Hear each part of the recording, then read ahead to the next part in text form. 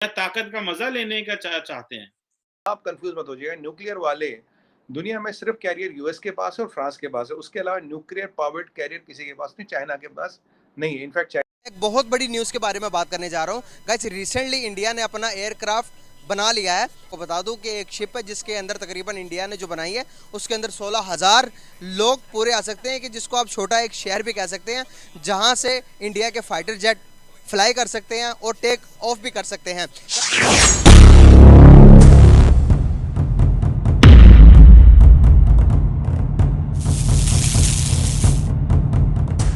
Indigenous aircraft carrier, तो ये भारत 6 कंट्रियों में आ गया है जिसने अपना एयरक्राफ्ट कैरियर बनाने की सलाहियत रखी। एयरक्राफ्ट कैरियर टिपिकली बोला जाए it's a floating airfield. Airfield in the sea को एयरक्राफ्ट कैरियर कहते हैं और हमारा ये दूसरा एयरक्राफ्ट कैरियर है। और अभी दुनिया में केवल 12 कंट्रियां एयरक्राफ्ट कैरियर यूज करती है, जिनमें इनको डेवलप और डिजाइन और बनाने की सलाहियत 6 कंट्रियां रखती है। इसमें भारत आ गया। 6 कंट्रियों की बात करें, US, Russia, China, UK, France और अब इंडिया।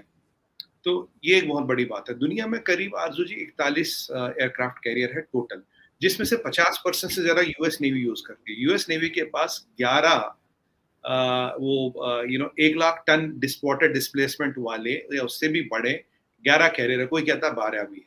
और उसके अलावा कुछ छोटे बड़े कैरियर भी उनके पास है, कोई 25,000 टन डिस्प्लेसमेंट वाले, 15-20,000 टन डिस्प्लेसमेंट वाले। तो 50% से ज्यादा एयरक्राफ्ट कैरियर जो दुनिया में चलते हैं वो यूएस के पास है। ये एक बहुत इंपॉर्टेंट बात है यहाँ पे। और यूएस की जितने भी एयरक्राफ्ट कैरियर आरयूजी they are all nuclear powered. उसमें एक खास किस्म का न्यूक्लियर रिएक्टर अंडर होता है जो उसको पावर देता है। तो न्यूक्लियर रिएक्टर से फायदा ये होता है, बहुत बड़ा एयरक्राफ्ट कैरियर बना सकते हैं। वो जब समंदर में जाता तो बहुत दिनों तक, महीनों तक, लगभग सालों तक वो चल सकता है। मेंटेनेंस कम होती है, लोड बेरिंग कैपेसिटी बहुत ज्यादा होती है और इसमें बनाने के लिए बहुत बेहतरीन टेक्नोलॉजी चाहिए। अभी जो हमने बनाया ये कन्वेंशनल इंजन पे है, ये न्यूक्लियर पावर्ड नहीं है, ये कन्वेंशनल इंजन पे है। ये हमने अपना पहला एयरक्राफ्ट कैरियर बनाया। इससे पहले जो भी हमने लिए उनको हम कहीं से लेते थे, रेशंस वगैरह से लेके, फिर इसकी रेट्रोफिटिंग की जाती है, इसको अपने हिसाब से कस्टमाइज किया जाता है, ये किया जाता है। पर अब ये इसका जो डिजाइन है आरजू जी, एक हमारे नेवी में एक ब्रांच आती है, navy design bureau. Navy design bureau Indian navy की ब्रांच है, उसने इसको डिजाइन किया।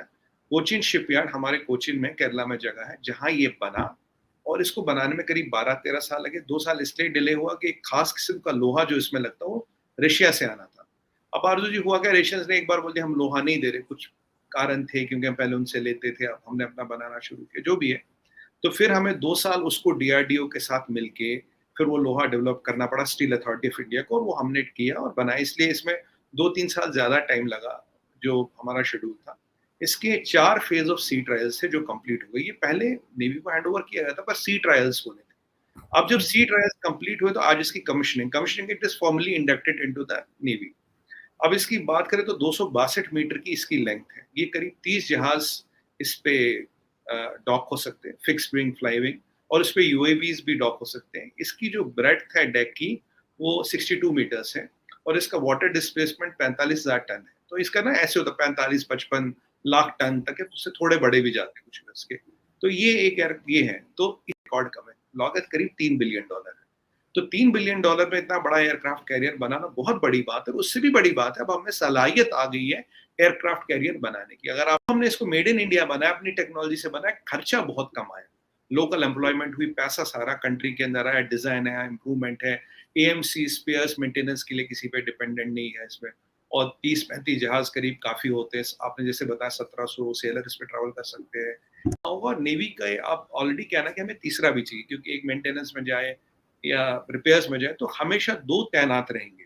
और ये 2 काफी इंडियन ओशन में हमारा वर्चस्व बनाने के लिए, क्योंकि काफी लोगों का ये मानना है कि भाई अगर चाइना कल को आ गया, उसके पास 3 एयरक्राफ्ट कैरियर है, तो एक बात यहाँ समझने की है कि अगर चाइना यहाँ आता है तो उसको पहले बहुत बड़ा लंबा रास्ता पार करके यहाँ आना पड़ेगा।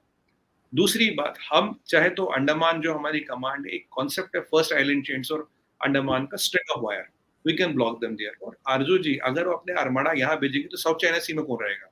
साउथ चाइना सी में ऑलरेडी यूएस के 4-5 एयरक्राफ्ट कैरियर है, यूके का एयरक्राफ्ट कैरियर है, यूके के डिस्ट्रॉयर्स हैं, और काफी दुनिया भर की सबमरीन्स वहां। तो उनको हमेशा 70-80% ऑफ द आर्मडा चाइना को प्रोटेक्ट करने के लिए रखना पड़ेगा। अगर वो 30-40-50% लेके आते तो हम उन पे कभी भी भारी है। तो इसलिए वो थ्रेट यहाँ है नहीं। और मैंने आपको ये भी बताया कि हम 10 साल में 3 से 4 एयरक्राफ्ट कैरियर बना सकते हैं। अगर छोटे बनाना चाहे तो 5 भी बना सकते हैं इसी साइज के। तो ये एक बहुत बड़ी कैपेबिलिटी है और स्टेट ऑफ आर्ट है। ब्रह्मोस मिसाइल लगा है इसमें, टॉर्पीडोज लगे हैं, सब कुछ लगा जो भी हमें इसमें वेपनरी चाहिए वो सब लगा है। स्टेट ऑफ आर्ट रडार लगा है, टाइम टेस्टेड है। काफी हमने सी ट्रायल्स की। हाँ, चाइना वालों को मिर्ची लगी, तकलीफ हुई उनको क्योंकि उनका मीडिया कुछ इधर उधर की बातें कर रहा था, बट ये बहुत बड़ी कैपेबिलिटी। अगर देखिए आप S-400 लगा है ले में, राफेल है, ये हमारे पास सुखोई विद ब्रह्मोस है। अब हमने एयरक्राफ्ट कैरियर भी अपने डिजाइन कर लिए और उनको यहाँ आना पड़ेगा। देखिए अगर उनको यहाँ आना पड़ेगा लड़ने या कुछ करने, तो इसीलिए यहाँ आ नहीं पाएंगे। अब इसके होते हुए, और अगर हम चाहें तो जो 10 एयरक्राफ्ट कैरियर वो 2050 में कहते हैं, मैंने आपको समझा दिया, हम 20 साल में 10 एयरक्राफ्ट कैरियर खड़ा कर सकते हैं। और इसमें बजट की बात करूं, अगर आप 70-80 या $100 बिलियन के डिफेंस बजट की बात करते हैं तो it is 0.5% of the budget. कोई बहुत बड़ी बात है नहीं है। इतना पैसा मिलिट्री पे लगाना, इसकी क्या वजह है? इंडिया जो है वो फुली, आप क्या समझते हैं, इंडियन ओशन में पैर जमाने के लिए बिल्कुल तैयार है?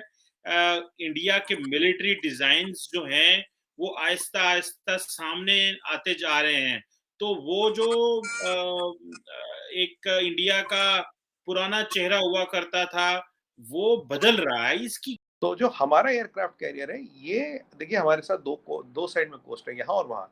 अब 2 कैरियर होते हुए हम दोनों साइड के कोस्ट को मॉनिटर और गार्ड कर सकते हैं। उसके अलावा हम एक तीसरे कैरियर और चौथे कैरियर की भी बात है, for that if we want the next one can be one electric propulsion वाला सिस्टम हो सकता है। न्यूक्लियर पावर की भी बात हो रही है, चल रही है। देखिए कहाँ तक बढ़ती है बात, कहाँ तक नहीं चलती बात। सब कुछ चीजें लाइन पे हैं और आपके परम मित्र चाइना को बड़ी तकलीफ हो रही है। बड़े जी वो ग्लोबल टाइम जो चंदा मामा आर्टिकल वार्टिकल निकाल रहा है, बस ठीक है, अब उनका काम है आर्टिकल निकालना, हमारा काम है हमारा काम करना। अब दुश्मन ताकतवर हो तो दुश्मन को मिर्च तो लगती है, जाहिर सी बात है। ये इसकी 80 या 90% जो प्रोडक्शन हुई है लोकल है वो, और लोकल चीजें इसमें इस्तेमाल हुई, लोकल कंपनीज ने मिलकर ये बनाया हुआ है। तो नो डाउट एक बड़ी इंपॉर्टेंट चीज है। फखर भाई, ये जो है इसे हम IAC कहते हैं, इंडिजिनियस एयरक्राफ्ट कैरियर, मतलब अपना बनाया हुआ एयरक्राफ्ट कैरियर। और फखर भाई, दुनिया में हम 6ठी कंट्री बन गए हैं वो जो एयरक्राफ्ट कैरियर बना। पैसे में हम 5 बना सकते हैं जितने पैसों में उन्होंने 1 या 2 बनाए होंगे, यहाँ फर्क है। दूसरी बात, ये जो हमारी कैपेबिलिटी अब डेवलप हुई है, ये दिन ब दिन इंप्रूव करेंगे, इसको बेहतरीन बनाएंगे। तीसरी बात फखर भाई, अगर हम चाहे, अगर गवर्नमेंट का कल कोई स्ट्रेटजी हो, जो फ्रेंडली कंट्रीज है हम उन्हें ही एक्सपोर्ट भी कर सकते हैं। ये बिल्कुल मैं ये बात करना चाह रहा था कि ये मतलब अगर एक्सपोर्ट हो तो क्या मतलब बाकी कंट्रीज को अमेरिका के मुकाबले में या बाकी कंट्रीज के मुकाबले में यकीनन फिर ये कम कीमत में पड़ेगा उनको। सही बात है। देखिए ये टेक्नोलॉजी कोई किसी को देता नहीं, अगर आप किसी के टेबल पे 20 बिलियन भी रखो वो देगा नहीं आपको। अगर अब हमने जो एंड टू एंड इसको डेवलप कर लिया, मान लीजिए कोई फ्रेंडली कंट्री है वो हमसे बोले कि आप हमें दे दो, तो ये कोई भी डील 5, 10, 20 बिलियन डॉलर से कम नहीं होगी। ये हमें जो वेपन एक्सपोर्ट का हमारा एक वो है कि भाई हमारा रोड मैप है कि मैं वेपन एक्सपोर्टर बनना, तो ये बहुत बड़ी उसमें पहल है। और अगर आप आज बात करें, Indian technology is much reliable then Chinese technology, किसी भी एंगल से देखिए। और अबाउट इट की एक बहुत बड़ी अचीवमेंट है। और मतलब इस रीजन में अगर कोई बना रहा, चाइना पहले से ये प्रोड्यूस कर रहा था, और जो हिंदुस्तान है उसने बाद में इसकी प्रोडक्शन शुरू की हुई है। और इसकी इम्पोर्टेंस इसीलिए है, अगर आपके पास पैसे हो तो आप खरीद लेते हैं, लेकिन खरीदना भी एक मतलब हर लिहाज से मुश्किल है। फिर जो कंट्रीज बनाती है वो हर किसी को देती नहीं है, ये एक बड़ा मसला होता है। जिस आपको दिखे कि चाइना मीडिया में जो उनकी जो तकलीफ है, जो उनको पेट में दर्द हो रहा है, इधर उधर आर्टिकल निकाल रहे हैं, ये कर रहे हैं वो कर रहे हैं। वरना देखिए अगर हमने खराब चीज बनाई है, आपको तो खुश होना चाहिए, खुश होना। आप बोलो ठीक है यार, अच्छा इनफैक्ट आप बोल रहे बहुत बढ़िया, बहुत जबरदस्त बनाया आपने। अगर आप उसकी तनकीद कर रहे हो, अगर आप उसमें नुक्ते निकाल रहे हो, तो आप परेशान हो, क्योंकि जो कॉन्सेप्ट है चेन ऑफ आयरन चेन का एंड फर्स्ट आइलैंड ग्रुप का, तो अगर आप देखिए, अगर इसको आप अंडमान निकोबार के आसपास प्लेस करते तो चाइना का आने का रास्ता बंद हो गया, क्योंकि China has to come with 1/3 of the force, and 1/3 of the force is no match to this force.